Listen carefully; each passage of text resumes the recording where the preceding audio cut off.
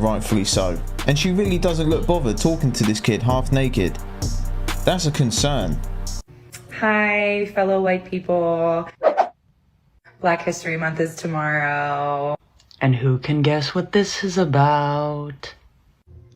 Let's not do anything to ruin it this year. Well, making videos like this certainly isn't a good way to start out, now is it? Okay, my fellow milk crickets? Excuse me, what was that? Okay, my fellow milk crickets? That's what I thought they said. We're gonna be good this year. Yes, we are. Is it just me, or does anyone else find it very difficult to take someone seriously when they talk in such a manner? And if we are, maybe you'll get a prize. What?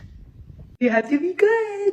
You can't ruin Black History Month this year, okay? Thank you, my babies. Bye. Shut your f***ing mouth. What the fuck is a milk cricket? Listen, all I'm going to say is the rainbow glasses tell me everything I need to know about this video. I don't know where these people come from. Like, who decides to do videos like this and think it's a good thing? The scariest thing is that these people actually exist. Hello? Hi, Baba. Oh. I told you to call me King. I was driving through the back roads of Penn. Hey Scout, can we talk? Okay, so this is kind of embarrassing, but your mom and I have been talking and you kind of have stinky breath. Yes, you do. No, you don't need to complain. I know, I know. I know, I'm sorry, I know. But guess what? We're gonna brush your teeth! Yeah! Isn't that exciting? Oh, you don't want your teeth? Oh, I'm sorry. You don't want your teeth brushed? It'll be fun, I promise. Can Mom brush your teeth? All right, let's do it. Wait. Yeah, sit.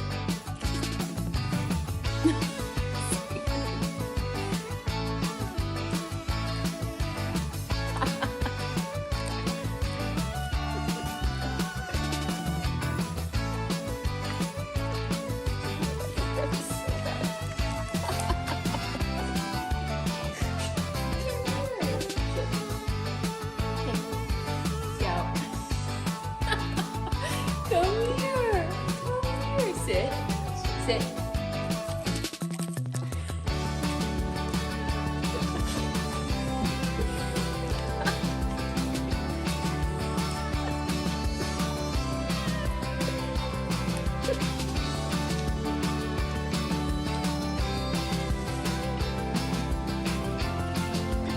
There you go. Yeah. Oh, that's nice. Oh, you can chew on it. Ow! That'll work.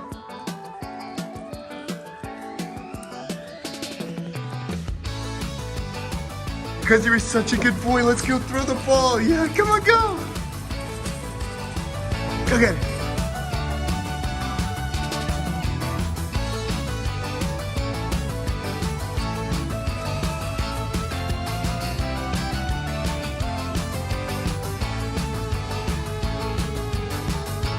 Let's show everybody what you can do. Sit. Lay down. Wait. Stay. Stay. Okay.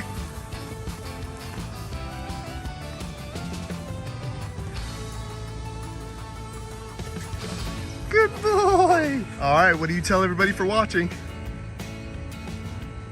And should they subscribe?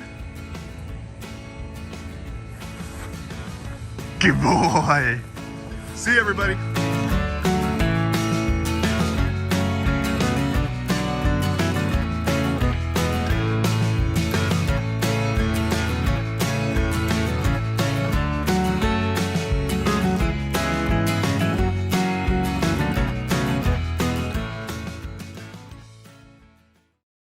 With so many choices on Booking.com, there are so many Tina Feys I could be.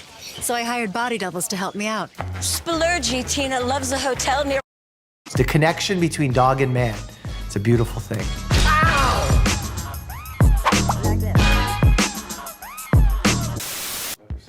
Wow.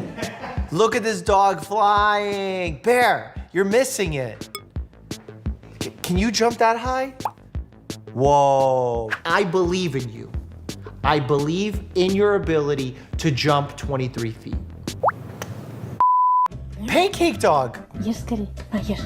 Bear, it's a pancake dog. Oh, that's so mean. And she's saying eat in Russian. That's actually not a pancake, that's a blinchik. 2 doggos being frozen still. 3 doggos frozen still. Why are they frozen though? They're freaking me out a little. It seems like they're frozen in time. Oh, they're just well-behaved doggos, that's why. God, I love well-behaved doggos. The connection between dog and man, it's a beautiful thing. Oh, he just punched me in the face. Ow! He's straight mugging me. I don't want your paw. I don't want your paw! Look at this little face. She says, I want it. I love it. Bear, you need a brother or a sister or a cat. What's your point now, booby? Oh, the doggy tried to get a rabbit. I've never seen Bear interact with any other animals outside of the species, so I would be so curious to see how he would with a rabbit. Bottom line is we need to get a dog for protection. Like if someone tried to break into our house, I'd want to make sure that they were immediately terrified. What is that? Okay, I did not expect that. I think if people break into the house, Bear would just be like, what's up? Can you pet me? As long as you pet me, I'll show you where all the valuables are. Right, Noof? Let me inlay a false tooth for you. Oh my God, that's hilarious. Look at the unknowing corgi not know how to react. Aw, I would make that my phone background if I was that dog owner. This is a dog that is being That's Bear. That's little Bear. This is you, man. You're this long. Look how long Bear is. We have a dog with a bird. Oh, is the dog gonna eat the bird? Don't eat the bird! Oh my God. Are they best friends? Bear, what would you do if I got you a bird like this? Bear wants nothing to do with this bird.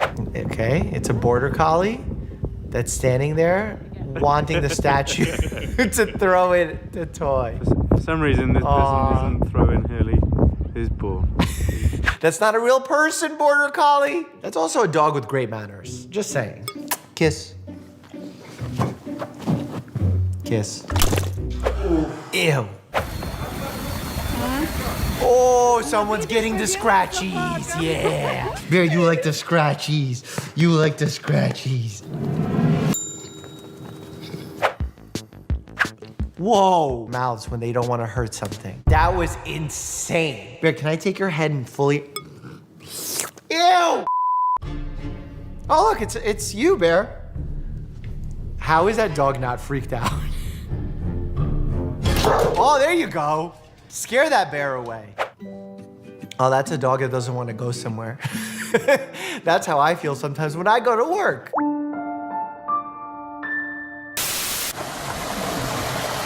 Hey. St. Bernard is just like, I'm messing this pool up. Sorry, man. Dogs sometimes make the biggest mess completely accidentally. Bear's floofy tail over there knocks over everything in the house, including lights. Okay, that's not real. Hold on a second, I think I can mimic that. Ready?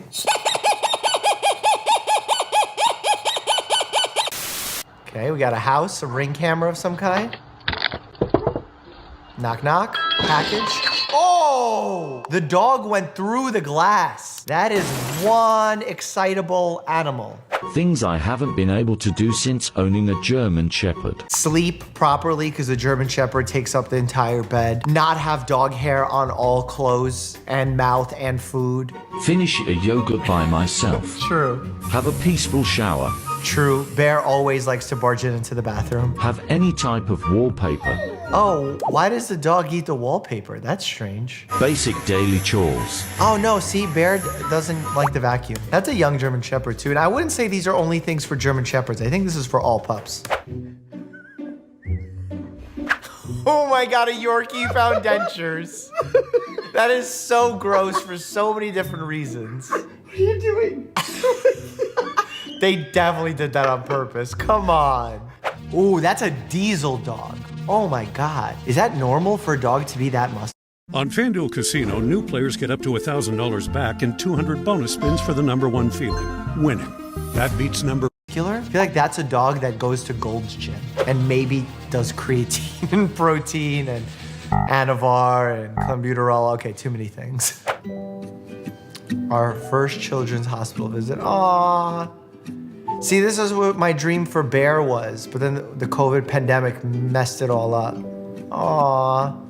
Supporting paws are the way to go. Tell me you wouldn't want a giant bear to come hang out with you. Smiles are important. Optimism is important. And dogs bring all of that. We couldn't forget about the nurses. Yeah, honestly, everyone stops working when a dog comes into any kind of employee environment. A little bit of trivia. All my podcast guests so far have pretty much universally loved Bear. The person who loved the most, probably Barbara Corcoran. She asked for Bear to slobber all over her outfit. And I was surprised because it was a fancy outfit. Oh, doggo. Taking a bath. In a little cubby. Why do dogs love water so much? I remember I would take Roxy to the dog park and she would literally run to where the puddle was and lay down in it. Oh, that's a cutie. That's a good trick so that when you do it like this, the dog just runs into the hole. Boop. I do the same thing but with touch. Touch. There you go. Okay, we have a... This is not how I bathe Bear because Bear does not fit in a giant tub, human-sized, let alone a sink. But this already looks clutch. Oh, it's so cute. It's so easy to watch. Look how little it is. Yeah, dogs love chasing air. I don't know why. They just like, oh my God, look at that little face. And you could shape it too. I've also tried grooming Bear with kitchen shears and that failed miserably. I got called out by all these dog groomers. So now I have proper dog shears. You ready to show off? Oh, is the dog gonna show off? How is the dog gonna show off? The dog is sliding around on the ice slide. Oh, it's a Newfoundland. I'm just gonna scooch in right here if you don't mind. Oh my God, when Bear steps on you like that, you gotta remember these dogs have big dew claws that really hurt if they catch you. Cause like they're super sharp down here. You can't even see them because it's like buried in his fur. Okay, going for a walk. Oh, that's a shoulder dislocation. I can diagnose it right then and there. By the way, tip for dog owners with dogs that pull, keeping a shorter lead or a leash, meaning like holding it closer to the dog's neck, will remove that slack and therefore remove the ability of the dog to really get a running start and have all that momentum to pull you and hurt your shoulder. That's a Frenchie that loves sticks. It's a great way to bring a dog home. Oh, honey, you're stuck. Aww. Bear used to get stuck like that too. So did Roxy. Ow! Yeah, like watching them navigate stairs or go through hallways, doorways, they constantly... Aw, poor dog. Terrible. And yet they're so resilient. They're like, yeah, I'm gonna make it through. It'll be fine. It's like watching Roxy hobble around on 3 legs. It's sad, but at the same time, she's still so happy. Oh, no way this dog knows how to blow.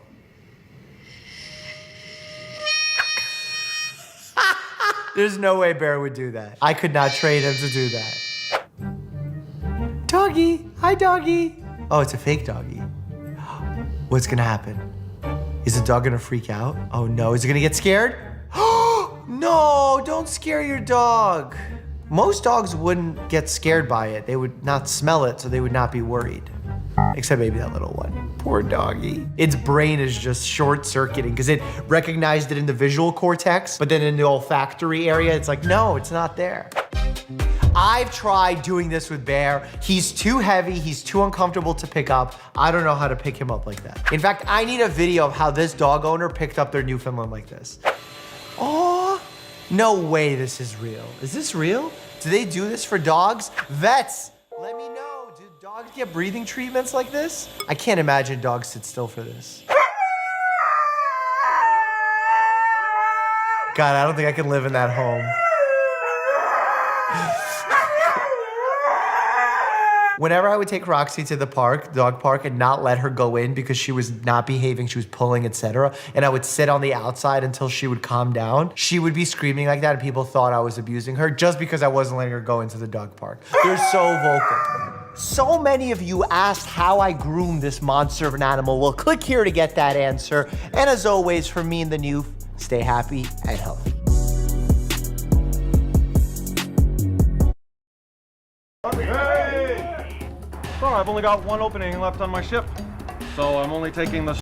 Hi, this is the Hotbox, telling you that this video might have some sensitive stuff in it, so take a second if you need to, and go check out something else. Otherwise, please enjoy the show.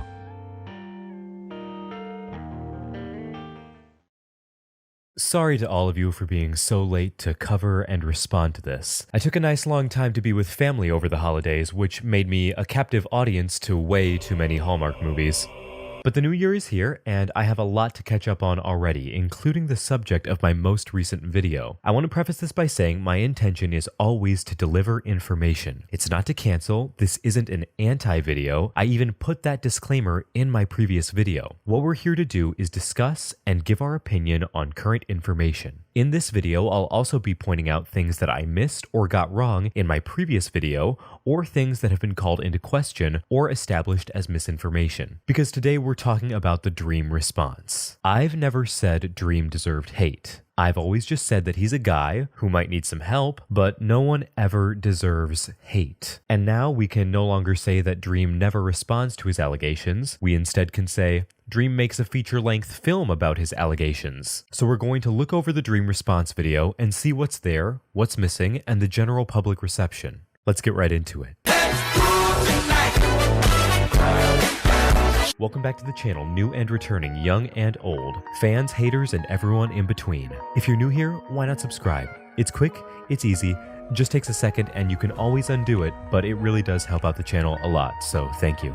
It feels good to do that again, it's like I never left. Now, if you're unfamiliar with the subject of today's video, Dream is a Minecraft YouTuber who's exploded to stardom in recent years. He has a booming community, he has a music career, and he also has a history of questionable behavior that people often call him out for. Dream recently made a response video to all of this, and it is by no means a small video. It's 1 hour and 22 minutes long. But when you look at the table of contents, it's far from what many were initially expecting. I know that it caught me off guard as well. To those critical of Dream, they felt the video was bloated with filler content that wasn't what people were expecting when they clicked. They wanted it to be all about the burner account allegations and that alone. This is where I'm inclined to disagree with this crowd's way of thinking. I think this video is a lot of what myself and many other people have been asking for. We wanted Dream to address everything, or at least as much as possible, and on his main platform. The video is long because there's a lot he hasn't talked about, and so he has a lot of time to make up for.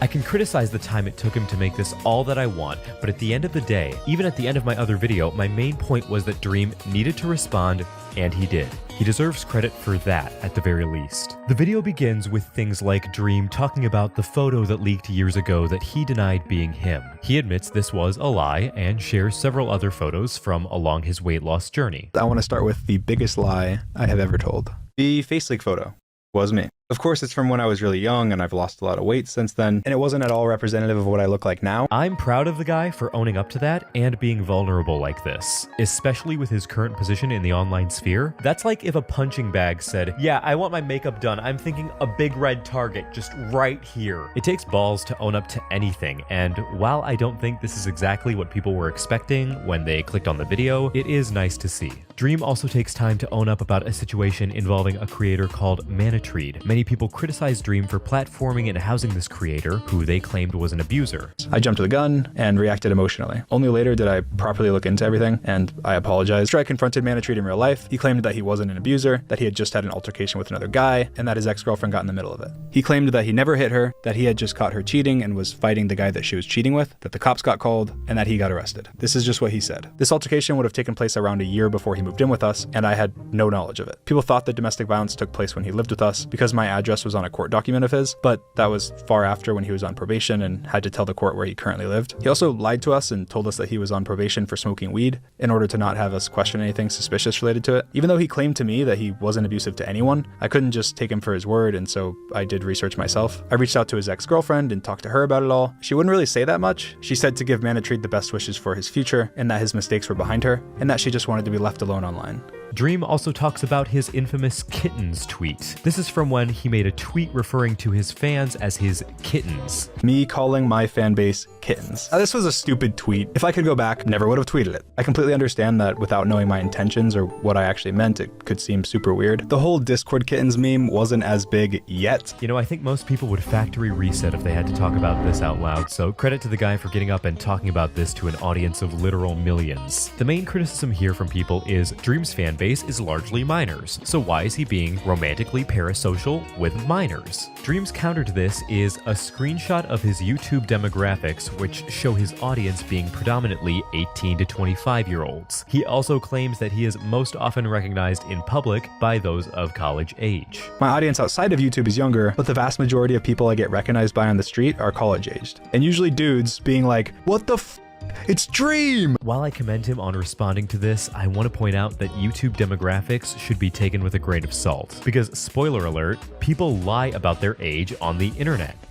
I'm certain we've all done it to access age-gated content, and while I don't endorse doing it, I would be remiss to not point out something that so frequently happens. Dream also responds to people claiming that he posts thirst traps to his young audience and uses the YouTuber Critical, or Charlie, to illustrate this. He claims that Charlie posts photos similar to what he posts all the time, as well as do other celebrities. Yet it's Dream that receives the most criticism because of the stigma surrounding him. I'll let him play the clip. This is from a video I made like a month or so ago. Always been on the younger side of things, and yet Dream constantly engages with them in very inappropriate ways, such as like posting thirst traps.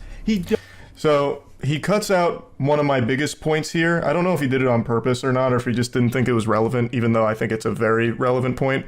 I also went on to say that he fosters parasocial relationships, which makes it weird to post that kind of stuff. And what I mean by that is by encouraging a parasocial relationship with your community. When you're posting things that can be construed as thirst traps, you just feed into the fantasy, and I think that's pretty irresponsible. So he cuts that part out and focuses more on me just saying he's posting thirst traps and him proving he doesn't. I think Charlie's audience is, of course, much older than mine, but if I posted photos like these, which, to be clear, if I was ripped as hell like Charlie, I would, 100%, it would be made out to be predatory because it's me, when it's not at all. And that same standard isn't applied to TikTok stars or really anyone else but me, just because I'm the Minecraft guy. A lot of the photos me and Charlie have posted are actually really similar. It's just people cherry picking goofy photos of mine and then making them out to be weird. When it's just me posting random photos, because that's literally part of our job. Here's my take. People should be allowed to post photos where they feel good about themselves, or where they're just being silly with Instagram or TikTok filters, because it's those little things that can be a real pick-me-up to someone's self-confidence. Is it vain? Is it vapid? I don't care. Why do you care? Why are you pocket watching so hard? I think that when doing this, it is important to be cognizant of your audience, but the photos that Dream have been posting are frankly cringe at worst. Dream takes about 24 minutes to get to the first allegation from the victim known as Anastasia, whom I briefly mentioned in my previous video. Dream never denies talking to her, but instead states that her age was always made very clear and that he never sent anything sexual to this person. He never even face revealed to her. A girl named Anastasia tweeted out, "He's only face revealing because he's scared that I'll do it first." And then she followed it up by tweeting, "I'm too tired / real life struggling to get involved, but the YouTuber trending right now already face revealed to me years ago when he was flirting with me when I was a minor." Obviously, because of my face reveal, it took off, pointing out inconsistencies, asking questions, and so on. I didn't have any inappropriate contact with this person. I didn't have any sexual contact with this person. I hardly even remember who this person is at all. And the only messages I could even find with this person were friendly Twitter DMs. And even in those Twitter DMs, I mentioned that they had 18 in their bio, which they contradict. I definitely didn't face reveal to them. That's an obvious lie. Almost nobody knew what I looked like at all before my face reveal. Not even most of my best friends that had known me my entire life. Dream also discusses the idea that there's a difference between a stan who's just a fan of your content and a stan who obsesses over what you do, as he talks about the idea of friendships between YouTubers and fans blossoming into more. He cites examples of PewDiePie and Marzia, who are now married, as well as Filza and his wife. However, the inclusion of Filza rubbed many the wrong way, as Filza was one of many people to unfollow Dream in the wake of the most recent controversies. I'm gonna keep it real with you here. I don't like how many other content creators get dragged into this. On the one hand, I can get it doing it for argument's sake, but these are your colleagues, your peers, and real people. And if I were in their shoes, I would be curious as to why I'm getting mentioned in something that I have no involvement in. Dream then addresses Amanda's allegations, which I also discussed in the previous video. He provides chat logs that he said are unfortunately incomplete because Amanda had deleted several of the messages. When I started my public Snapchat in 2019, I ran the account, but in early 2020, because I was growing, I completely passed the reins off to someone else and pretty much never logged into it ever again. Hi, I would like to remain anonymous, so I'm just going to be calling myself Rebecca. I used to run Dream Snapchat starting in 2020. I did that for probably around a year, and I would like read through all the messages and I'd screenshot art or funny comments and I would respond when it was appropriate. There is definitely nothing weird going on this account. Dream hardly even logged into it, and it was mainly me. He never used it inappropriately, and although I no longer work for Dream, I am not aware of him ever acting inappropriate with fans or anyone underage. Now, the second allegation is what I'm going to talk about in extreme detail. The second allegation came out soon after the first and said that the first allegation was why they were sharing their story. It was from a girl that claimed that when she was 17, we inappropriately messaged. This did not happen. Let's get into the details. On September 23rd, 2020, Amanda messaged me from her personal Instagram account, sending a message that was clearly a fan message. She thanked me for saving her life, and I replied to this message. In September of 2020, I was a lot smaller than I am now, so I got a lot less DMs, and I was much more active in like the fan communities and replying to people. And all I replied was, "Oh, thank you for the kind words." And then I also replied, "Glad to make you smile," after she followed up with the message. I put a transcript of every Instagram message that I've ever sent her linked in the description. It might not be every message that she sent me because there's proof that she deleted Instagram messages to me. An old TikTok of hers has messages from me that wasn't in her post with the accusations when she showed our messages, but my transcript tried to include those and piece it together. But again, it might not be all of them because I don't know what she deleted. I only know what she deleted from the thing she accidentally showed in her old TikTok of the deleted messages. I had no context or recollection of her original messages to me that made it clear that she was a really big fan. I don't remember everyone that messages me, who they are, where I know them from, so on. She messaged me from her personal Instagram, had no connections to any fan accounts, didn't send me any more fan messages, and she had DM'd me many times talking about content creation and streaming, some of which she deleted. She seemed very normal, friendly, and implied strongly that she was overage. What I thought about her age doesn't matter that much because nothing inappropriate happened, but it does matter to show my mindset because I don't go around befriending underage girls or people that are obsessed with me or my content. He attempts to debunk the claim that they never met up by calling his mom to verify how little he was leaving the house and how paranoid he was when he did. How many times do you think that I left the house between 2021 and my face reveal? Wow, I don't know, 3? Maybe 4. What did I leave the house for whenever I left the house? Well, I know you went to the dentist 3 times, and then I think one other time was when you had the kidney stones. So yeah, you're the hospital. I think those were the only times you left the house. And we were worried because we didn't want you to call 911 because we didn't even know if they would come because of all the fake swattings and everything. So I had to come get you and take you to the hospital. So it was probably 5 times that he left. Naturally, it's his mom. There's some kind of bias, I'm sure. That should be taken into account. But if we're being fair, we need to take this and keep it in mind, and we'll keep moving forward here. Dream also provides examples that throw Amanda's character further into question. For instance, the repeated sexualization of other streamers in Dream's circle that actually got her banned in one of their chats, as well as the casual use of slurs and statements from her where she indicated plans to lie about her age. People also found old tweets of hers where she was replying very inappropriately to other streamer friends of mine. She was even banned in one of my friend's chats for saying she wanted to sit on his face. These accounts weren't linked to her Instagram, so I would have had no idea about them. She also replied to fans of mine questioning her with slurs. She also said that she was gonna lie and tell me that she was 18, but that she changed her mind, I guess. So I was going to lie and tell him I was 18. Dream then goes on to talk about how all of this has affected him and the toll it's taken on his mental health. I'll be honest, I lost a lot of motivation. I distanced myself from Minecraft, and I even thought about quitting and retiring. Of course, it was pretty scary, and I just wanted to be able to upload Minecraft videos and have fun with my friends without worrying about people trying to ruin my life or attack my family or make up lies about me. And after all the swatting and doxing and fake allegations, it really just felt not worth it anymore. And I feel like during this time, I really disappointed a lot of my friends and their fans as a result. I didn't spend as much time on the finale of the Dream SMP as I should have. I wasn't good at communicating about anything, really, including important stuff for some people. I wasn't very inactive on everything, and I pretty much isolated myself from most creators that weren't in my immediate circle. This is definitely a polarizing situation because on the one hand, Dream's tone shifts to sounding genuinely sad. It's hard to feel like he isn't speaking from the heart here. And I'm inclined to believe him. I mean, being this in the public eye and having insult after insult and allegation after allegation thrown your way, combined with the burden of a platform, I can see how it would all weigh on a person. That's not to minimize the impact of anything that he might have or might not have done, but I do want to consider Dream as a human. On the other hand, however, you will also have people saying that this is emotional manipulation to get people to feel bad for Dream. I can't tell you to feel one way or the other on this. You either feel bad for him or you don't. I do think empathy is important here though, and whether Dream is an easy target or not, he is a person at the end of the day. Dream also apologizes for the controversies surrounding him and Quackity's QSMP. And it was not something that Quackity deserved at all. If Quackity didn't want to reply to me about it or wanted to ignore it, that was entirely within his right to do, especially given the awkward circumstances of everything. I'm extremely proud of everything Quackity has done with his project, the QSMP, and genuinely he did it way better than I ever could have. I don't have much to say about this other than that it seems in general a very good move. Dream comes at it from a very mature standpoint and acknowledges how his behavior could have been better.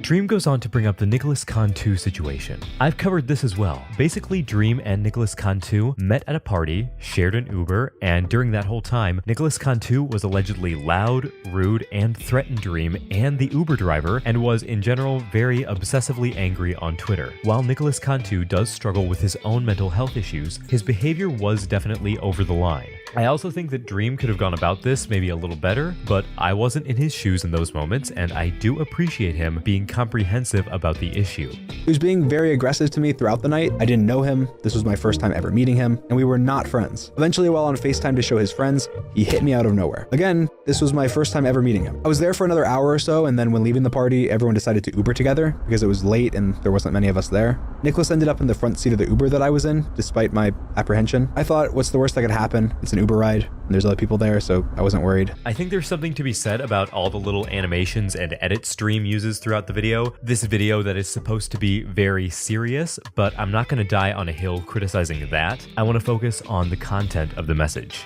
Dream also gives footage of an interview that he had with the Uber driver himself. Kept saying something about like IQ, like he felt like he was better, and I was like, nobody cares about your IQ. There's a lot of people with high IQs in jail right now. So what are you going to tell him? You're going to talk to him and say that you're a child star while you're in jail? In the interview, the Uber driver claims that Nicholas Cantu lost his phone on the highway, and when he got out of the car to get it, the cops showed up to question him, and he was screaming at the cops about his IQ. I'm going to say it right now, the people who genuinely use IQ as a measure of intelligence probably wouldn't be so cocky if they all knew their own scores. It's a stupid buzzword, it's been criticized dozens of times before me, so if you actually still believe in this, then you need to make it like a condiment and catch up.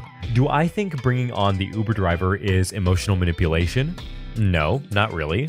But do I think it was a smart and calculated move? Oh, yeah, it is. The Uber driver is definitely the sympathetic party here, and having him on to vouch in your favor definitely gives Dream's account of events the edge. Dream then also talks about the online storm and the virality of the incident. He includes this dramatized montage of memes and tweets with people's full usernames included, which all rubs me a little wrong. I get that you want to display the public reaction and what you had to deal with, but this feels a little over the top, and I do think that a nice courtesy would have been to censor people's names. But I also get that it's Twitter and you put that out there publicly and you have to deal with it. I just think that it would have been the courteous thing to do.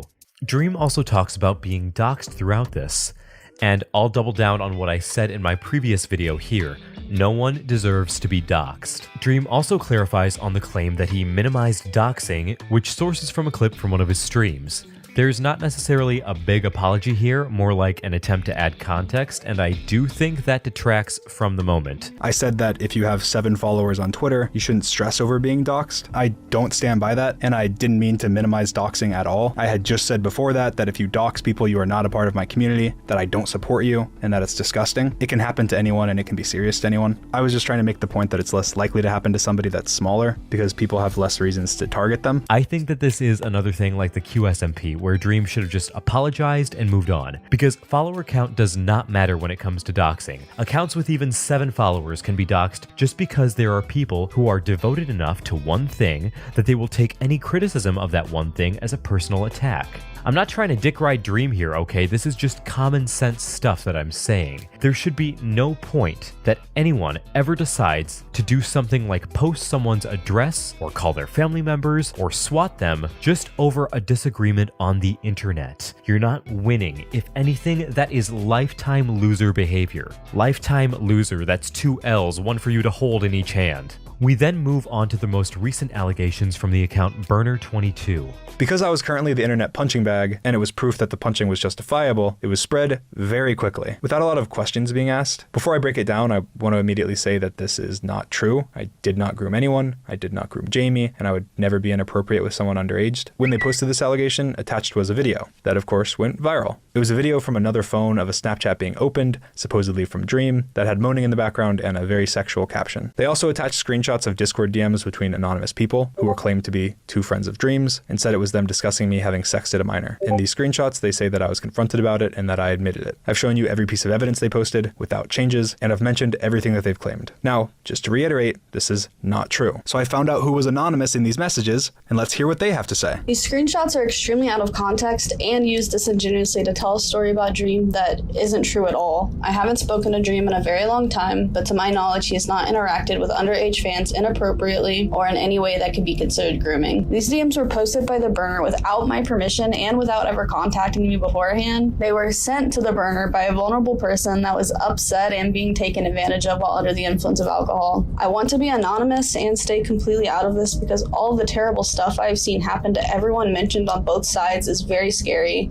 This conversation was private in my life, and no one deserves to have their personal life dug through because of anonymous people making false claims without knowledge or context about anything they're saying. This person was not involved at all and did not consent to anything. The person who is alleged a victim would like their privacy, so I would like to formally apologize for my coverage of the issue in the previous video, and in this video, I will not be mentioning the person's name or information further. I would also like to point out that the Burner22 account has been deleted. The last thing that Burner tweeted was basically, someone has been lied to here, either us at the account or us here in the audience. My take on this is that the deletion of all these accounts is suspicious at best and telling at worst. I don't know how much this will sway public opinion, however, as generally, people have their minds made up on both sides. And that's not even exclusive to this issue, that's how a lot of internet discourse is these days. And very few people are as willing to examine new information and reconsider as they say they are, even if it's what they've been asking for. Like I've said before, I'm not a Dream fan, but this is very telling of the general online consciousness.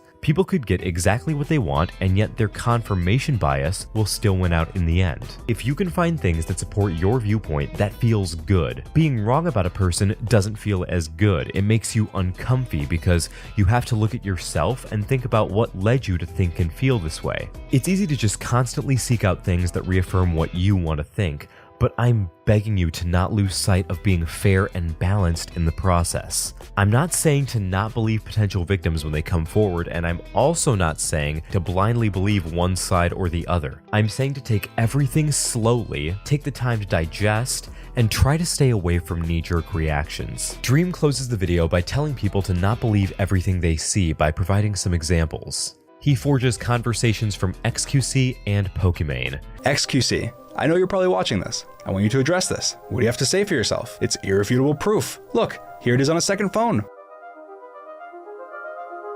Prove to me you didn't send me this video.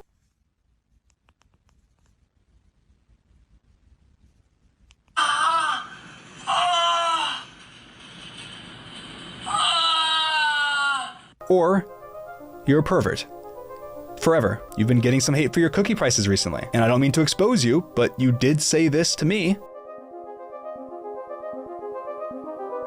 And I think that's disgusting. What do you have to say for yourself? What more proof do you need? I also have the cookies she sent me and a signed note from her. This is irrefutable evidence. Now, I can't speak for XQC, but it seems that Pokimane wasn't talked to about this because she tweeted Dream and he responded to it apologizing for this. So it does go to show how information that might not be credible can spread very fast, and to remain vigilant about what you read online. However, I do think that having XQC moan for you and having this fake Pokimane DM situation is a bit in poor taste considering that the actual allegations are a lot more serious, but That's my opinion. Dream says he'll be stepping back from Twitter, and while I struggle to believe this, I do think that doing so would be healthy for him. I hope he stays far away from Twitter and Snapchat and other social medias for a while because, in my opinion, he has a problem when it comes to talking too much on social media. Look, it's fun to yap, but yapping is an art. Dream's response ends after this, and while it didn't include explicit responses to some of the other things that I've brought up in previous videos, I do think that it is a generally solid and mature response. I think this situation is difficult to navigate, and I think it would be difficult for anyone to navigate. I mean, Dream was a complete nobody who shot up to like 30 million subscribers in a matter of a couple of years. I genuinely believe he's just immature and didn't know how to handle everything. People like Charlie, Markiplier, Jacksepticeye, all the big YouTube heads have had years and years to learn how it works and to establish a mindset. I may not think that Dream did everything he could have or should have, but I do also believe that if I was in his shoes, I would be on a tightrope too. There's a bias and a culture to be considered here. You might know the meme of the guy in the suit with the caption about when the random e-celeb you hate gives you a reason to actually hate them. I'm paraphrasing, but there exists a culture around Dream, whether it's due to his content, his fan base, one thing or the other, that has left the world polarized. I get it. Dream is an easy target. He's low-hanging fruit as far as content goes. It's a big name, the big audience, and that often translates to big views. And incendiary discourse will always take off harder than calm, metered discussion. I'm not crazy about Dream. I'm definitely not a fan of his, but I think that this is ridiculous. It's easy to rag on a young fan base, especially around content that young girls tend to get into because, shocker, the internet has had a misogyny problem for a long time now. Like, think about all the hate One Direction and Justin Bieber got back in the day just because they were popular and girls were into them. And suddenly they were just easy targets. Oh, you can't like anime or Pokemon or whatever because that's what kids like. This is all discussions for another time. The point I'm trying to make here is that it's difficult to see both sides of a situation sometimes, but we have to. There's of course some parts I didn't go over because the video is very long, but I do think this video will struggle to change the general opinion. Most internet users are double down or die. They'll choose a hill and they'll decide that they have to die on that and they can't change their opinion no matter what. Which is gross because this isn't actual care for victims. All there is a need to find anything to justify their hate for an individual. That's stubborn, and maybe if these people took a neutral stance from the beginning, they wouldn't feel the need to stand on a hill not worth dying on. It's okay to not like Dream. It's okay to have your own opinion, but when you lie or spread unsubstantiated claims about very serious allegations, then you are the problem. That's the takeaway from this video, and that's everything I have for you today except for one last message. During the week I'm making this video, there's a global strike happening in support of victims of the genocide in Palestine. My voice may not have the platform that others do, but what platform that I do have, I want to make sure I'm using it to stand for what I believe in. There will be links to information and donation resources in the description. I strongly urge you to check those out. No matter who you are, no matter what your voice, don't stay silent.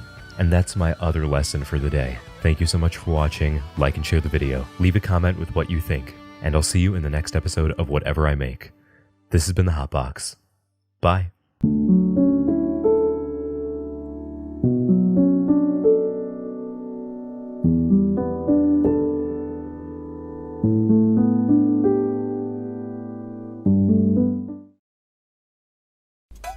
Whoops.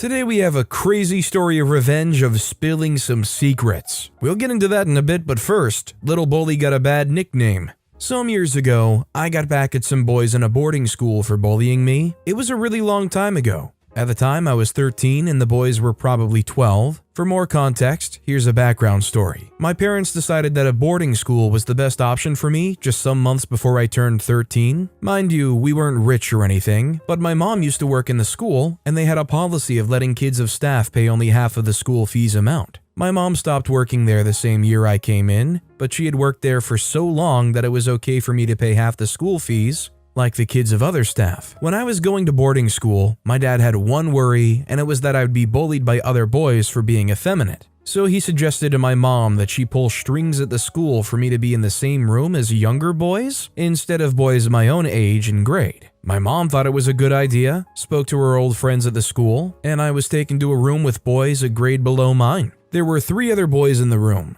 2 boys who were twin brothers and the sons of a celebrity, and 1 other boy who was their friend. They welcomed me warmly into the room, and we were all cool for the first week because it was orientation week. Orientation week was mostly about helping the new boys settle in properly in school. No academic activities went on during orientation week, just registration, orientation programs, and an orientation party. The boys and I were cool until the second week when academic activities started in the school. I guess because I was assigned to their room, the boys assumed I was in the same grade as them, and seeing that I was in a grade higher unsettled them. They didn't tell me this, of course, but I noticed their discomfort when they found out what grade I was in. I didn't get why that was a problem at first, but I soon found out. A boy in my class told me that a sort of hierarchy existed amongst the boys in school. A hierarchy that worked according to their grades, and the boys were not comfortable with me because they didn't want a senior boy in their room. One disadvantage of being in the same room as a senior boy was that the boys would never be free to do their own stuff out of fear of being ratted out by the senior boy, or the senior boys in the room could bully the junior boys. My friends told me they were probably worried that I'd bully or rat them out to teachers and the boys in my grade. I was not that kind of person at all. I mean, I am effeminate and have dealt with a degree of bullying in my old school. I decided to let the boys know through my actions that I'd never bully them and make them comfortable around me. That failed woefully too. I started by being extra friendly toward the boys, asking them to join in their games, joining in their conversations and all that. Sometimes I'd even join them in mocking teachers and some boys in my grade. I thought that would make them feel more relaxed around me, and it did, but they became too relaxed. I never tried to sabotage them in the way that the other boys in my class would, so they just took it that I was stupid and a loser for wanting to be friends with them, and what's even worse, they still didn't trust me. They sometimes spoke in hushed tones whenever I was around. The more wary I noticed they were of me, the more I made efforts to make them more comfortable around me, and all eventually returned to bite me in the butt. The boys started to take me for granted and turned around to bully me. One day, one of the twins, he was the more outspoken twin, I noticed from the first day that his twin brother and the other boy always listened to him and did what he told them, walked up to me and asked why I was in their room. He asked when I was going to leave. I was too dumbfounded to say anything, plus I didn't even want to. I didn't want anything I did to be interpreted as trying to bully any of the boys. I'm guessing he interpreted my refusal to respond as a weakness, because the next time I walked into the room, I saw my large suitcase on the floor. The suitcase was the one I brought my stuff in when I moved to the boarding school, and since I emptied my suitcase on my first day in the room, I never took it out of the upper part of my closet. I was shocked to see it lying on the floor. I asked the boys what my suitcase was doing on the floor. None of them responded. They didn't even say a word. That night, their message became clear to me. They were telling me to leave the room. The week after, I returned to see my suitcase lying on the floor, and on the suitcase were some of my clothes. I was mad and I started to yell at the boys, but I guess my yelling was nothing but entertainment to them because they burst out laughing. I left in frustration and started to think about what to do. I couldn't tell the boys in my grade that I was being bullied by boys in a lower grade. I already figured that would make the boys think I was dumb, and they might even try to bully me too. But I also didn't want to report the boys in my room for the same reason. When I returned the third time and saw that the contents of my closet had been emptied on the floor, I decided that I had to report the boys. That evening, I went to the hostel matron and told her about all that had been going on in the room. At first, she looked at me like I was crazy and was bothering her with a very minor issue, and then she muttered something about the boys being younger than me. The boys denied being responsible for my suitcase and other stuff being on the floor, and although the matron tried to act as though she cared and sternly warned them, it was obvious that she was uninterested in actually doing anything. She probably thought it was shameful that I was letting younger boys bully me, or she didn't think the boys taking down my suitcase was that big a deal. She left them with a warning, and for a while, the bullying stopped, but I still didn't feel satisfied. Reporting them to the matron did nothing but make me look weak. They still treated me badly in the room, and one afternoon, I returned from my classes and found my clothes on the floor. I was livid.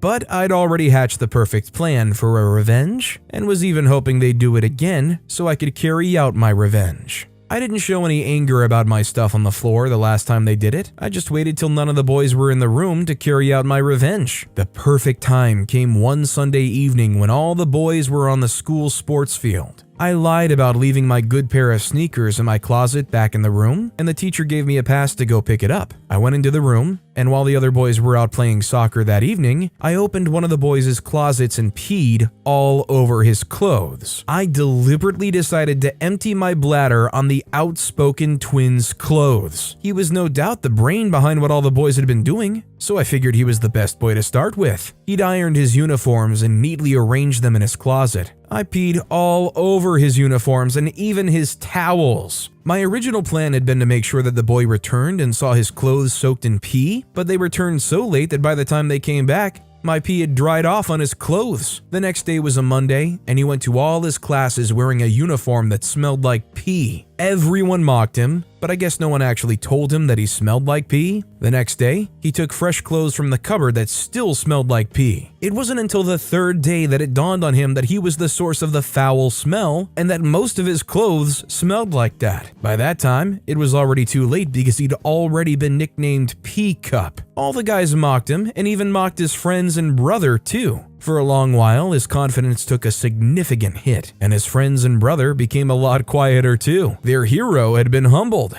I still wonder if they ever suspected that I did it, but what's important is that I never saw my clothes on the floor. The next year, I was assigned to a different room with boys in my grade. I mean, from the get-go, even if OP is a bit more effeminate than most people at this boarding school, is it not just an all-around terrible thing to do to purposely hold your kid back a year, even if they would fit in a little bit more in that circumstance? Also, hi, I'm Steven, and if you guys enjoy crazy stories of revenge, it would be amazing if you left a like or left a review if you're listening to my podcast. That said, our next story is, I freaked my roommate out and made her leave. I live in my parents' 4-bedroom in the city. My parents let me have the house after they both retired and moved to my hometown. Their only request was that I take good care of the house and maintain it properly. In my senior year in college, I needed more money because I wanted to start graduate school immediately after college and go on to be a university professor. After accepting a job as a teaching assistant, I decided to rent out the guest room downstairs, as that would help me use the money from the rent to pay for maintenance. The money I made from being a teaching assistant and other jobs could cover my tuition. I met people who were looking for a place to rent, but not a lot of people wanted a place like my parents' home. They wanted a smaller place, and some others were not comfortable with living with the landlord. The other people who wanted a place like mine were guys, but I preferred a female tenant. I was only going to let a guy in if I didn't find any interested women. Just as I was about to give up hope on finding a female tenant, I met someone I thought would make a good tenant. She was a young lady who said she was a model waiting to get a big break, but she also worked as a temporary secretary at a law firm. She did come off as a decent person, so I rented the room out to her. The process was seamless and I liked her immediately. I went to campus very early every morning at the time. The university is 20 minutes away from my house, but I still went early so I could attend to my job, study ahead for my classes and all that. I then returned late in the afternoon, took a short nap, ate dinner, and sometimes called my mom to give updates about my life, and then went on to sleep and wake up at midnight to study again. Studying was a big part of my life because my job as a teaching assistant was centered on research. I was also working as an academic writer for a professor who was working on research at the time. Plus, I was in the last semester of my senior year as an undergraduate. I also studied mostly at night because the city got very quiet at night and I am a night person. Well, it was quiet until my roommate moved in. When I first met her, I noticed her beauty, but one other quality I thought I observed was a quiet person. I could have sworn that my almost inexistent social life was better than hers. She looked very introverted and told me that she only had 2 friends from work who may visit from time to time. I figured friends from work meant friends from the law firm she worked in, and I imagined conservative people. She was right about having only 2 friends, but I didn't for a minute imagine that 2 friends could be as noisy as 15 people. The first day they came over and they all slept in the house, they made so much noise that I thought a party was being held downstairs. It didn't even help that my bedroom was directly below hers. I was going to knock on the door and ask that they keep the noise down, but it was their first time meeting me. I didn't want to make a bad first impression. Also, my tenant/roommate had never made that kind of noise in the house before, so I decided to wave it off as a one-time thing. 2 days later, the friends were back in the house and this time they played songs. The music itself wasn't so loud, I couldn't hear the songs being played, but the bass had the whole house vibrating. I could not study and I was frustrated. I felt very bad for accepting 3 months rent from her in advance because if I had known that she had loud friends and would have them over often, I would have notified her about not bothering with the next month's repayment and lied about my parents coming back or something. The most annoying thing about it all was that I was unable to study, but I was also unable to sleep. I wasted 2 nights doing nothing, and at the time,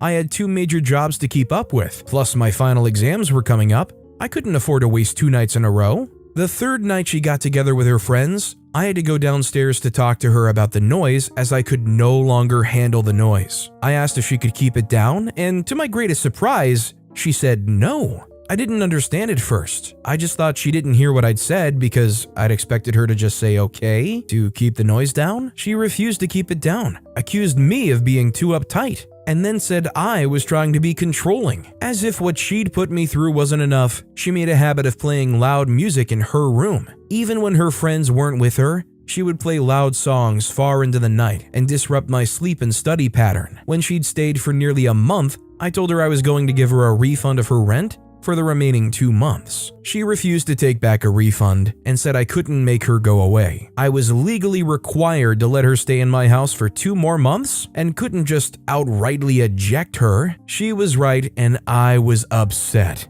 I swore to find a way to get back at her, and my chance came in the 3rd week of the 2nd month. That week, she came in with one of her friends. I was sitting on the stairs and they had no clue. They both chatted happily about a modeling gig she got. She talked about a photo shoot that was supposed to be held the next day, how badly the new, unknown models were treated, and how they were given costumes that they had to return with on the day of their shoot. I heard one of her friends exclaim about how ugly the clothes were, and she told them that the clothes were made of sack, and that was the idea behind the shoot anyway. She mentioned that the costumes were the only ones available, and that was why they were given to the models before the time of the shoot. After their conversation, I tiptoed back upstairs and went to my bedroom, as it was nap time. Later in the evening, I heard her bid her friend a good night. She even apologized and told her to leave early because she needed to sleep early and get her beauty sleep. I decided that she wasn't going to get her beauty sleep. My brother had this loud stereo system that he used for his parties in college. I was going to use that as payback and play loud music on it all through the night. At exactly 11 p.m., I tiptoed downstairs to get the stereo system from the kitchen store. On my way to the kitchen, I stopped by the living room and saw a large duffel bag lying on one of the couches in my living room. I figured immediately that it contained the costume that my roommate was going to wear for the photo shoot, and when I opened it, I was right. My plans changed immediately. The universe had just handed me a chance to deal with my roommate on a platter of gold. I immediately carried the bag, hid it in my car trunk, and placed a spare tire and other stuff in my trunk to cover it up. The next day, I was up early as usual, and I drove off to campus. I was studying in the library when I started getting bombarded with phone calls from my roommates and another unknown phone number that I heavily suspected belonged to her friend. I didn't take any of their calls. Then she texted me. She said she needed the costumes and didn't want to turn up for the photo shoot looking like a joke. I smirked. She should have the thought of the same when she deliberately blared songs from her music player to keep me up at night, refused to accept a refund of her rent, and even threatened to drag the whole thing on to frustrate me. There was nothing she could have told the police or anyone in authority to incriminate me. I had a sterling reputation on campus. I wasn't present when she talked about the costumes, but her friend was there. Her friend left early and could have taken the costume with her, and I left for campus at the usual time with nothing unusual about my character. I could get rid of the costumes in school, and no one would ever know about it. When I returned home that evening, she ran out of the house and nearly jumped in my car, asking where her costumes were. Of course, I denied even knowing what she was talking about. She threw herself at my feet. The costumes cost a lot of money, and the brand owner and agency didn't believe that it was stolen.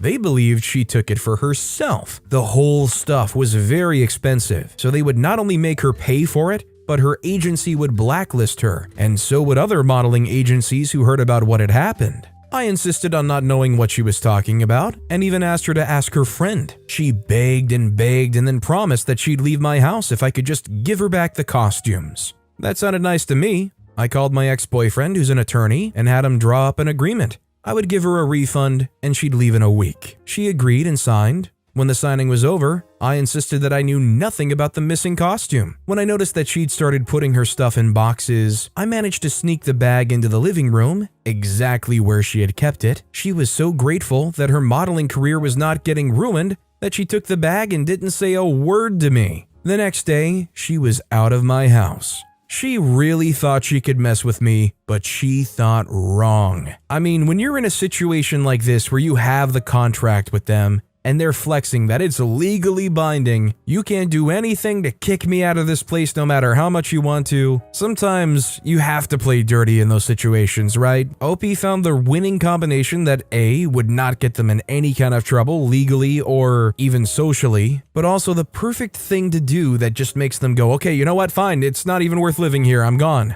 Our next story is, best friend got me fired, so I told his fiance his secrets. I, 34-year-old male, recently saw a post on Twitter. It talked about coworkers in a corporate workplace, how they fake their friendships, and how in truth, most of them don't care about you or want to see you succeed. When I read through, I agreed with the post 100%, because I faced something similar. When I graduated from college, I had to move to a different city. I got a really nice job prospect there, and since it was better than every other one I've gotten, it made sense. After the onboarding process, I was given a tour of the entire office by a really chatty office assistant, Marge, 27-year-old female, and then I settled into my workspace to set up. After a while, this guy approached me and introduced himself. His name was Julian, 38-year-old male, and we worked in the same department. He welcomed me warmly and told me to meet him if I needed anything. He seemed like a cool guy, so I said okay. During the week, he was super helpful with showing me the ropes and everything. I fit in perfectly, and it's all because of him. By the end of the week, Julian asked me to come out for drinks with the rest of the guys in our department, but I said no.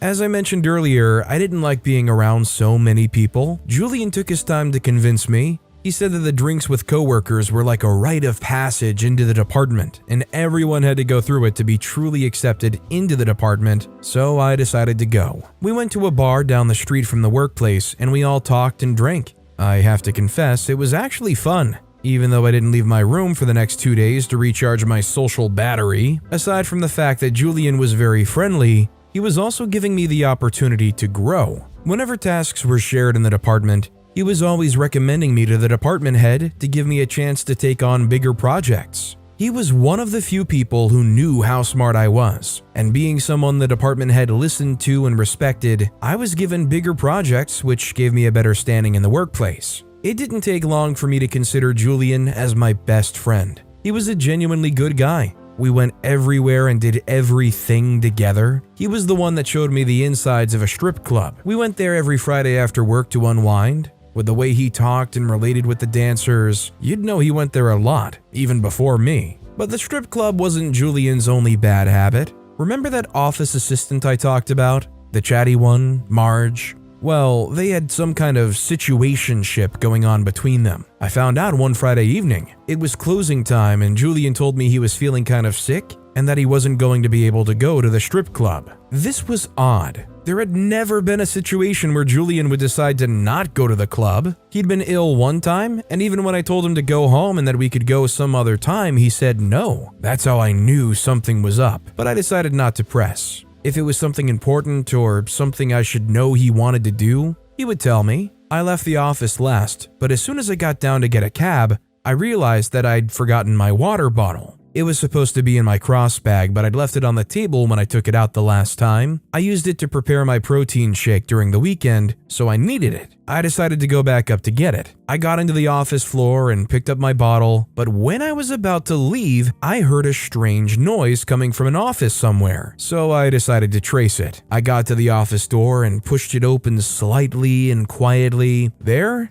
I saw Julian and the office assistant Marge going at it in some really weird positions. I was surprised, but it wasn't my place, so I closed the door and left. It was against company policy to have romantic relationships with coworkers, and I'm sure that if management knew that they were having relations in the workplace, they'd surely get fired. But he was my best friend, so I kept it to myself. Besides, they weren't hurting anyone. Julian was unmarried, or so I thought. Just a month after this incident, the company threw an end-of-the-year party and we could all bring a +1. I came alone, but Julian came with a woman. When I went over to say hi, he introduced her as Camille, his fiancée. I was beyond shocked when I heard this. He and Marge were a thing. He went to the strip club every Friday of the week. How on earth was he engaged? I pulled him aside and asked him if Camille knew about his... All right, listen up. This offer's a winner.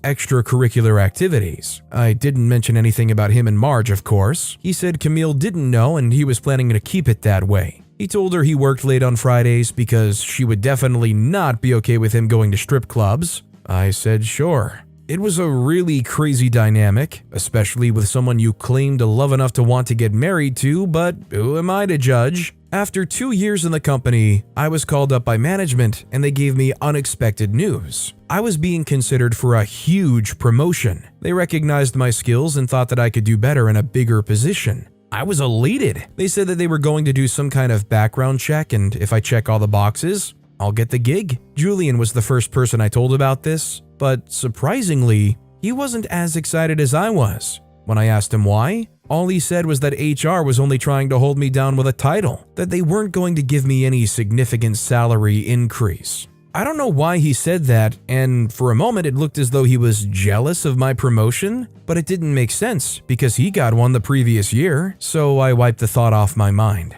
It was going to take a few weeks to finalize the check and everything else, so as expected, I was impatient. One Friday, Julian decided to switch up. We went to a bar instead of a club, and we drank a lot. Then Julian started talking about the company and how it's a capitalist system where they'll give you promotions which only meant more work, but for pay that's almost the same as before. He told me he regretted all the promotions he had taken because the workload didn't do justice to the meager salaries they were paying. There wasn't anything meager about the salary, but I didn't want to oppose my friend, so in solidarity, I told him that I didn't care about the company or anything and that if they didn't pay me what I expected, I'd quit. The next week, management called me in. I was so excited because I thought that was it. I was going to get promoted, which was a huge step for my career, but as soon as I got to the office, I was told that my contract was being terminated. I couldn't believe my ears. They were firing me. I asked why, and they said they wanted employees who cared about the company. And since they were considering me for a promotion,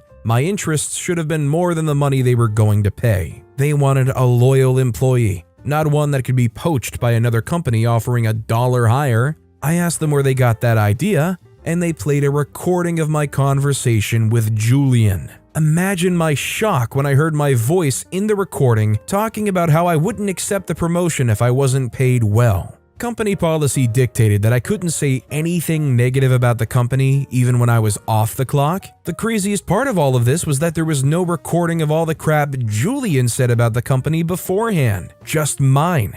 That was how I knew that it was a setup. I had trusted the wrong person. I confronted him about it, and all he did was apologize, saying he was only doing his job. HR asked him to gauge how I felt about my job, and he had to give them something. I knew it was bull because he knew that recording was going to get me fired, but he sent it in anyway. He said he was sorry, but I wasn't buying it. Everything became clear that day. I wasn't overthinking it that day when I thought he was jealous of my promotion. He probably felt threatened that I got it so early into working for the company, but there was nothing I could do at the time. So I packed my stuff and left the office. I spent days brainstorming ways to get back at Julian for his betrayal. But after a week, I was just about ready to give up, as all the ideas I got would probably have landed me in jail. The answer fell on my lap, literally. I picked up my notebook, and Julian's wedding invite fell out of it. That's where it dawned on me. I was going to make him lose everything, just as he did to me. On a Monday, I went to Julian's house to see his fiancée. She recognized me from the party, so she let me in and we talked. She didn't believe me at first, but I told her I could prove it. On Friday, I returned and we staked out his favorite strip club. A few minutes after work's close, He arrived and walked in. Camille called him just to see what he was going to say, and as expected, he said he was at work. She was so heartbroken, but I wasn't done. I wanted to get proof that he was also sleeping with the office assistant. If I had known that he was going to betray me, I would have taken a video of him and Marge to show HR and Camille, but I didn't, so I had to find another way. I didn't know when he and Marge were going to get together next, but I was sure there was going to be some sort of evidence on Julian's phone. Maybe a text between them or inappropriate pictures. There's always evidence on a cheater's phone, and if she looked well, I was sure she'd find it. Later that midnight, she texted me and told me she looked through his phone, and I was right. She found a series of texts exchanged between them, along with really inappropriate pictures. Some of them were even taken at work. She screenshotted everything and sent it to me before thanking me for opening her eyes. She broke up with him that same night, but that still wasn't enough for me. I compiled all the pictures Camille sent to me in a folder and sent it to HR. Taking and sharing inappropriate pictures in the workplace is also in violation of company policy. In 2 weeks, I called one of my ex-coworkers and asked about Julian. She told me he was fired a week ago, along with Marge. I was so happy about the news because at last, my revenge was completed. I felt a little bad for Marge though, but she was cheating with a man that was soon to be married, so she knew what she was signing up for. I mean, to be fair, they probably did the company a favor and they especially did the fiancé a favor. Such an easy revenge to be compelled to do after you get treated like that by somebody you thought was your best friend. If you have very obvious skeletons in your closet, you probably shouldn't go backstabbing people that are the closest to you. But with that being said, that's all the time we have for today. Now, if you want to hear another crazy revenge story, check out that video on the left. Or if you missed my latest video, check out that video on the right. That said, I'll see you all next time with some more stories. Shop Michael's for 50% off Valentine's Day decor, party, and more. Plus, here's another way to save.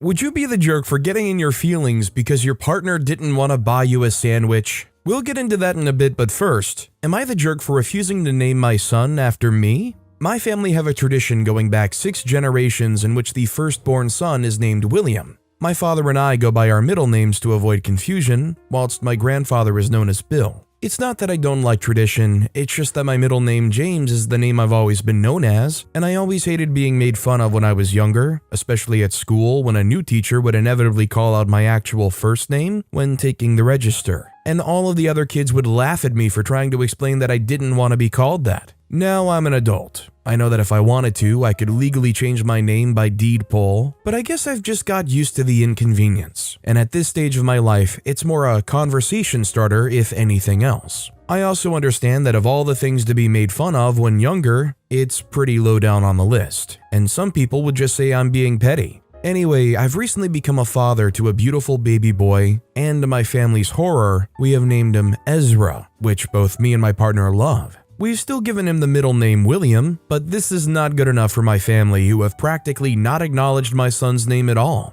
He's 3 months old now, and whenever they interact with him, he's referred to as Junior, or the child. All I really want for Ezra is for him to feel like he's his own person when he grows up.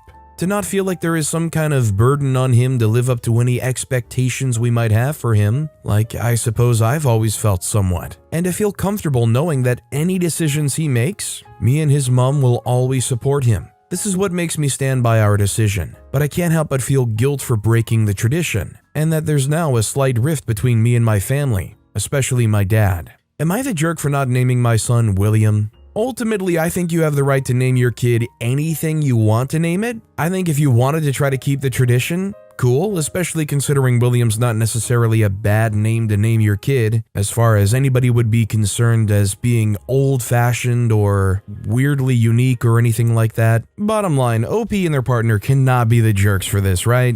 Also, hi, I'm Steven, and if you guys enjoy getting to decide whether or not all of these people are jerks, why not hit those like and subscribe buttons down below? That said, our next story is, am I the jerk for being too honest about why I will never consider my dad's wife an equal parent or second mom? My parents were younger when they had me, both 19. They were together until I was 1-ish and then they broke up. They didn't get married, so there was no divorce or anything. I also have my mom's last name, and that does come up later, which is why I'm saying it here. My dad met his wife Carol when I was 5 or 6. I met her age 6 and she was married to him when I was 7. They also had 4 kids in 4 years, starting a few months after the wedding, because Carol is older than my dad and felt her biological clock ticking, apparently. It was all very fast for me. My relationship with Carol is not very close. She's made a lot of efforts to take on the role of third parent and second mom, but I always keep her as just my dad's wife, or as someone who's part of the wider family, but it's not exactly someone important to me. I have a few reasons for this. She never lets me call her Carol. She pushed for mom or mama years ago, and we ended up both settling for ma'am, since first names are a no-no. She's also pushy with her religion and has called me disrespectful for not giving her religion a chance and not attending unless I'm forced to. I don't believe in religion, and I was mostly raised without it. Dad converted for her, but mom said no to me doing it, and I'm so glad. Carol also acted like we had years to get to know each other before she became my dad's wife, and in reality, it was about a year. The other stuff is she hates my mom and is not afraid to voice that stuff around me. Carol hates that I have mom's last name and not dad's. Carol hates the first name my mom chose for me and has implied she was selfish for giving it to me because it's more unique and uncommon and not a normal name. She has called my mom white trash, trailer trash, a disgrace as a parent, etc. for the name, and she feels like my dad should have named me as his first son. Then she also blames mom for not encouraging me to use my middle name, which dad chose, and is more of a name Carol likes. She also disagreed with mom not putting me in sports when I was a lot younger. Carol is big into boys needing sports from a very young age, and my mom never considered that a priority. Carol is so disrespectful about my mom so often. A couple of weeks ago, while I was at my dad's, Carol and I were alone, and she wanted to know why I never treat her like a parent, and what she's done so wrong that I refuse to acknowledge her as any kind of mom to me. I mentioned all of the above, and how much I hate when she gets like that. I told her she can't expect to win me over when she crap talks my mom all the time, and disrespects me by disrespecting my name. I told her I would never love someone who acts that way. She was hurt, I could tell, but she was also angry, and so was Dad when she told him what I said. They accused me of treating Carol with so much disrespect and harshness. Am I the jerk? Personally, I think she should have been more than aware that her behavior would not be conducive to winning somebody over. And after everything, she went and asked you why things are the way they are, and you told her. I don't think OP's the jerk for feeling the way they do. Our next story is, am I the jerk for saying, you should have thought about that before you procreated? My ex and I have a 13-year-old daughter, Nicole. Nicole has several medical conditions that require a lot of attention. She will need some sort of in-home assistance for the rest of her life. While we have an aide to help a couple of days a week, it is still a challenge. The outcome of Nicole's condition became clear when she was 2. At that point, my ex and I agreed we wouldn't have more kids because it wouldn't be fair to anyone. There'd be no way that we could focus attention on 2 kids. Someone would lose out in the situation. We divorced when Nicole was 5. We originally Cherish every over and under before the NFL season's over on FanDuel. had 50-50 custody. 3 years later, my ex remarried. His new wife, Callie, is nice. My ex did say that she didn't understand the severity of Nicole's condition. I figured there was a learning curve. Eventually, Callie basically said she wanted to be hands-off, which I respected, though I wondered how it'd work considering Nicole lives with them half the time. Last year, my ex and Callie had a baby. I was a little surprised given my ex was always firm on not having more kids, but figured it wasn't any of my business. He did begin to complain that it was a lot of work juggling Nicole and the baby. I sympathized, but didn't really know what else to say. Recently, the venting got worse. He said Callie yelled at him for taking Nicole to her physical therapy appointment instead of helping her with the baby. He brought up potentially having Nicole stay with me more. I wasn't entirely shocked, but it ticked me off. I said Nicole was his daughter. He can't just abandon that responsibility. He asked what he was supposed to do about the baby. I said, maybe you should have thought of that before you procreated? I mean, really, we discussed this 10 years ago as to why it would be hard to juggle 2 kids. Why did you think having another would be a good idea? He got quiet and said Callie wanted a baby. I said that isn't enough of a reason, and maybe he should have thought harder before bringing more life into this world. The conversation ended with me saying I'd call my lawyer, and we could arrange for him to have less custody, as I'd rather my daughter be properly cared for than be viewed as a burden. Callie called me that night very upset that I'd made my ex cry, and that I said her baby shouldn't exist. I said that's not what I said completely, more that they didn't think it through. She called me a jerk. Am I the jerk? I think this is just one of those situations where you say, hey, I'm telling you like it is, and you're actually not the jerk for saying that because it truly is just the situation at hand. You have no room to complain about taking care of your kids if you willingly chose to have those kids. And it's not like it was a happy accident either, like they chose to have those kids. Our next story is, am I the jerk for kicking my brother and his fiancée from my house after she made comments on my girlfriend's eating habits? I, 30-year-old male, have been with my girlfriend Kelly, 29-year-old female, for 4 years and have known her for 10. Kelly is autistic, and one of her biggest problems is food. However, since getting together with me, she has opened up to a lot of new foods. Just to give an example, she wouldn't eat certain vegetables as they are, but wouldn't mind having them blended in or cut in small pieces or spirals. Now, my brother Kevin, 35-year-old male, has recently proposed to his girlfriend of 3 years, Laura.